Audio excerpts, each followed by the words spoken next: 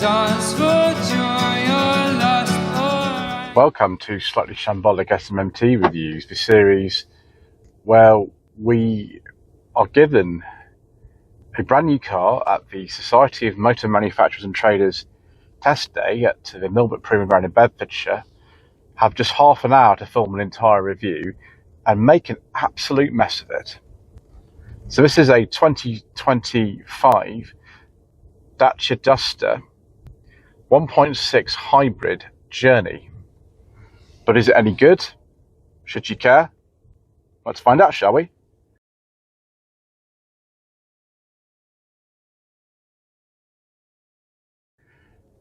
So the latest model Dacia Duster, this is the third generation of it, was launched just last year. This car is relatively high up the specification and engine range. It's got a 1.6 four-cylinder engine with hybrid assistance, generating 138 horsepower. All to 60 is about 9.5 seconds in this, and it feels plenty fast enough. For some reason, the speed limit warning keeps going off because that's just the way with cars these days, and that's just what they do. It's really annoying. We're actually going to be taking this on what's called the hill route at Millbrook, because this is the only route this car's actually authorised to be on, for reasons I don't understand, but never mind. The Alpine circuit is quite good fun, so that's where we're going. Other engines available in the Duster are a 1 litre with 98 horsepower. It's only available on the base essential trim, and with LPG technology apparently, although they don't seem to know too much about that when I actually asked here. The other engine that's far more common is the 1.2 TCE with 128 horsepower. Now that's actually available both with two-wheel drive and four-wheel drive, but only with a manual 6-speed gearbox, which is fine. That's absolutely not a problem.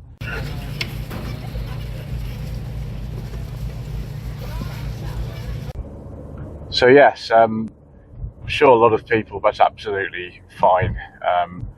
They prefer just the 1.2 normal 6-speed gearbox, not a problem. Hybrid model, slightly better efficiency, I think, although I've only seen it's like 43 miles per gallon or something like that on the computer inside the car. I'm sure you could get more if you did drive it like an absolute lunatic. So here we go, here on the hill route. Gearbox is sort of whining a bit. I seem to remember that from the other cars I've driven with this engine gearbox combination. Not necessarily a problem, it's just a sort of characteristic of it, I think. So here we go. We'll see what this is. We'll see what this is like. Definitely with this 138 brake horsepower, it feels perfectly punchy. I'm just going to stay in the left-hand lane so I don't annoy anybody if I drive slowly, which I will be doing. Someone's just zoomed past me in Nissan Ariya, and the blind spot monitoring has gone off. So we'll just drive around here nice and steadily. We'll see if the chassis on this Dacia Duster is actually any good. Certainly on the older car, it was on a not a very sophisticated platform at all. It was on something that actually had been used in Dacias and Renaults since the mid-2000s, the old B0 platform. This is on the same platform as things like the Jogger and new Renault Captur, things like that. It's actually not a platform that's just been handed down to Dacia. It's actually been given the most modern platform Renault has besides a car, and it feels good.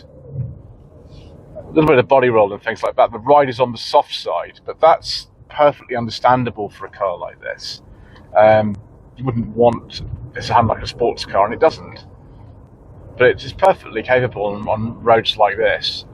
The only thing I would like actually is some more regen braking, which I've just actually managed to put on, and that is absolutely fine. We will keep going around here with the regen activated, going nice and steadily.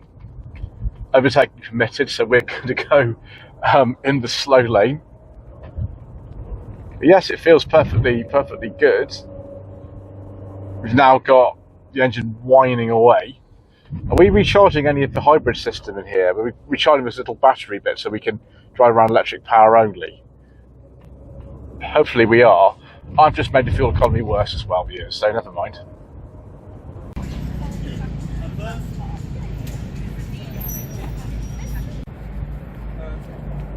So I didn't actually expect to be filming this car today, viewers. The Duster. I thought I could be filming a Bigster, which is the larger version of one of these, but for some reason there's been a mistake, and we've got the Duster, which is fine. I've not driven one of these yet, so I'm pretty happy.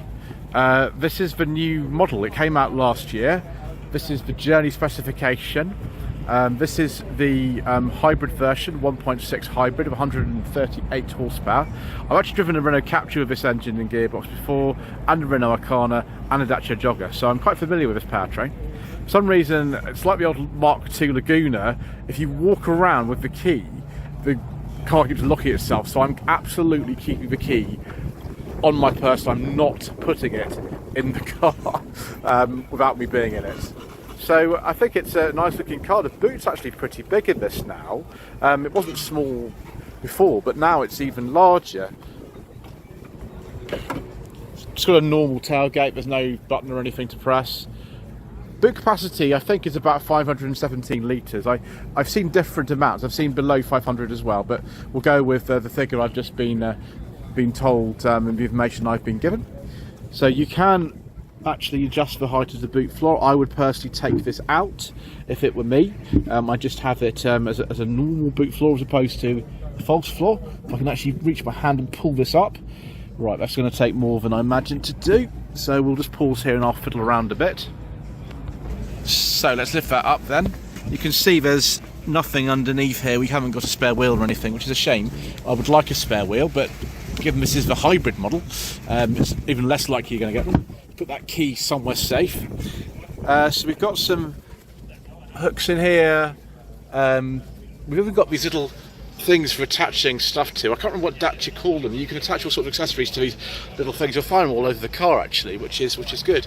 Also, this parcel shaft's in two pieces, which is quite handy really.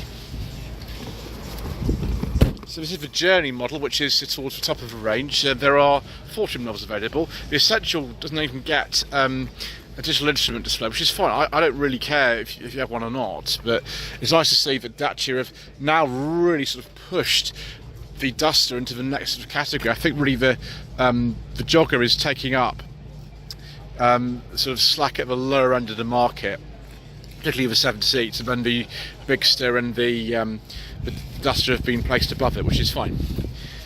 So I like this blue trim in here. I think that looks rather nice. We'll just take a seat in here. Fancy gear lever. This is a bit like you get on Volvos and things like that. Just 2 USB-C ports. Unfortunately I can't use those, so I don't have the right cable, so we'll just have to go without. But since the key's in my pocket, I can press this button, and there we go. Excellent. I would prefer personally to go for the 1.2 manual version of this that you can get, 6-speed manual. You can only get the 1.2 with a manual gearbox. This hybrid model is only available with this particular, you've got a dog box or something like that from memory. Very, very nice touchscreen in here. There's a little holder for a phone or something up here. I think you can use that, yeah, for a smartphone or whatever. But I'm not going to use that holding mine. That feels a bit wobbly to me. We've got automatic lights, automatic wipers. This price of this car, I think, is about £27,000, approximately that kind of thing, from what I understand. If I put my phone in here, though, that's probably just going to shoot straight off, so we won't put it there. Safer to put it there, although this doesn't support wireless charging. My Sony phone does, so I might put it in there, actually, and see what we can get out of that. It's a nice big deep storage here. 2 cup holders. That is for something. Not exactly sure. Nice rubberized coating on here, and then a 12-volt socket in there as well. E-Save. Now that means I think you can drive around without using the petrol engine entirely. You can drive around for a short period of time without it. You can see there's a battery meter on there, so we've got a bit saved. We've got a range of 440 miles, which is good. Let's see if we can actually bring up, for example, maybe Android Auto, Apple CarPlay. No, we've got to pair it with Bluetooth. We won't be doing that. We haven't got time. So we'll have to go. There we go. Add draw to Apple CarPlay devices manager, etc., etc., etc. Let's go quickly in here as well. Driving assist. We've probably got loads of different things we want to turn off. Oh my gosh, all this traction control and active braking and anticipation and all sorts of things. Personalize it, configure my safety. What kind of stuff can we do? Overspeed, audible warning, we don't want that. Limitation say no, lane part of information, no. So you can configure all this stuff. I don't want the audible safety warning thing on. No, thank you. We can have it all on, but yeah, actually we'll leave it on that so we don't have it to turn it on. So if I don't want it on, yes, turn it off. Good. Someone's been very handy at me. Parking, KES, front, side, sound type, comfort, following distance with the radar guided cruise control. Excellent. Right, so back to the home here. Someone at Dacia has been very sensible, and they've decided that we're going to have physical buttons for the climate control system, which I am a big fan of. Thank you to whoever that was. I appreciate you massively. No soft touch dash materials in here, but you wouldn't expect that in a Duster. We've got various controls here for the cruise control, and on this display here we can sort of cycle through various bits. There we go. Gosh, you can have a display sort of up here and all around if you want. Now, if I press this button, what does it actually do? There we go. There we are. Consumption, 43 miles per gallon. That's not too bad. Water temperature, navigation, eco monitor. We've got a hybrid car. Energy flow, which is a bit more useful if you're actually driving the car. Distance and consumption. So there's all the sort of things you can look on there. It's a nice big display, as is this one. The only thing I would say, and this has been pointed out by many people previously, is that the MGHS, I drove one of those in September 2024, the new Hybrid Plus model, which costs about the same as this specification, that actually has a slightly nicer interior. You can see everything's really hard, there's very little in the way of fabric, which is not necessarily a problem if you're thinking that you want to use this for off-roading purposes. Of course, you can get a 4x4 model, unlike so many other cars in the class, then that's the sort of thing that you want. If you want a bit more of a luxury feeling, then maybe go for the MG. So we've got power folding mirrors, electric windows, all that sort of stuff. Interior ones don't feel too bad, but again, it's just a bit like a Skoda Karoq actually, which is in this class as well, a little bit more expensive. But competes more directly with it in terms of the price. We have just not particularly inspiring materials. They're perfectly fine in terms of being hard wearing. They're not going to break, and I like the fact that they're colour coded as well. They're not all just black. It just doesn't feel as nice as some of the other cars you could get for around the same money. You could get a Sanyong Tivoli, for example, that has a bit of a nicer interior to it. Electronic handbrake in this, which must be one of the first I've ever seen on a Dacia, which is fine. Right, let's get in the back, shall we? That might be a good idea as well. Show how spacious it is. So there's a good load of space there, isn't there? Again, we talked about these little points where you can attach accessories, just like here, sort of modular type thing. I don't know quite what you want. I think there's like a pack you can get for sleeping in the car or something, which will be interesting. Headlighting's very unusual. I like it actually. It reminds me of old sort of Renault seat trim in the past. Again, a bit less interesting. We haven't got sort of blue accents on the doors or anything. It's just a lot of hard plastic, but very, very practical nevertheless. We've got some big door bins in here. We don't get a centre armrest. I don't know if you can get a centre armrest in these at all, actually. I'm not really sure. But yeah, like little side windows probably help a bit with the light inside here. It's sort of dark headlining. That's better for me. I don't like dark headlines in cars, really. It makes it feel a bit oppressive.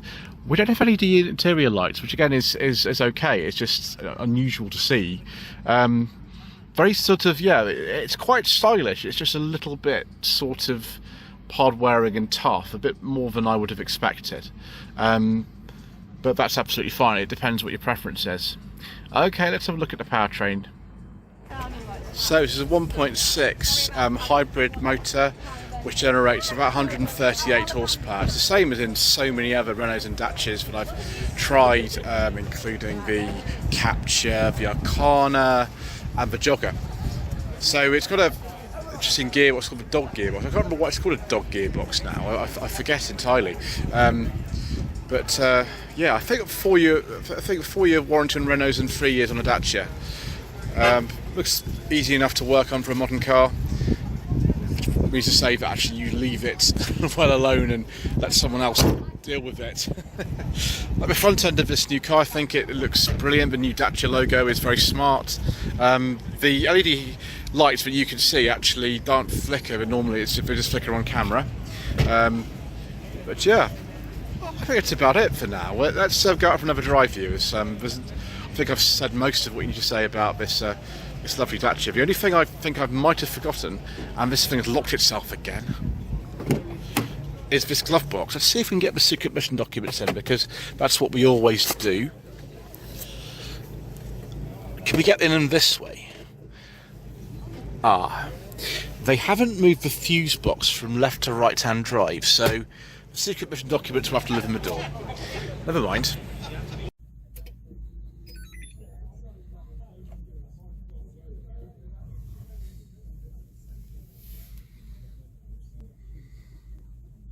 So I've put it into eco mode now, hopefully to give me a bit more regen braking, because I don't need all this power or anything like that. So we'll go down here.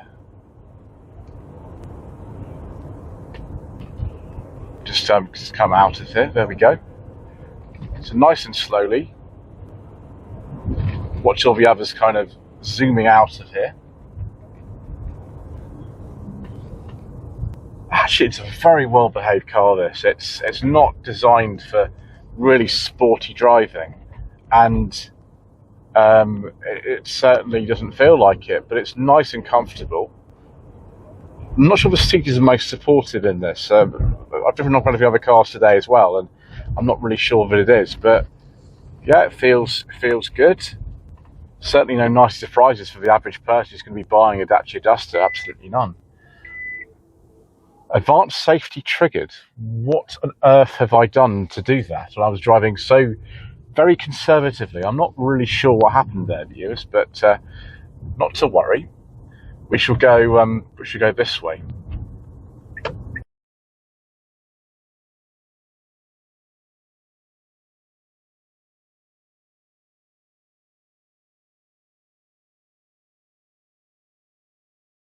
I think apart from this stupid speed limit warning thing, for some reason someone set the speed limit to 20 miles an hour in this car. So if I go any faster than that, it sort of beeps and bongs and complains at me. And that's not exclusive to Dacia, that's just what modern cars are like. I quite like this. I think maybe I prefer the ZS Hybrid Plus. I think I'd prefer just a nicer interior. But actually this drives pretty well. It might even drive better than the ZS. But that's not a bad car to drive at all, but this might be even better than that. Certainly with this sort of more rugged look about it, and you know, this interior that verges more on practicality than luxury, I can see why this is already a really popular car with people and why you buy one. I like the fact that you can get this hybrid model with the regen braking. Personally, I wouldn't bother. I'd go for standard 1.2 petrol with two-wheel drive. But yeah, what a fantastic little car to take on the Alpine Hill route. Anyway, thank you ever so much indeed once again for watching. Please don't forget to subscribe to the channel, like this video in the comment below, and we shall see you again soon for some more extremely shambolic reviews.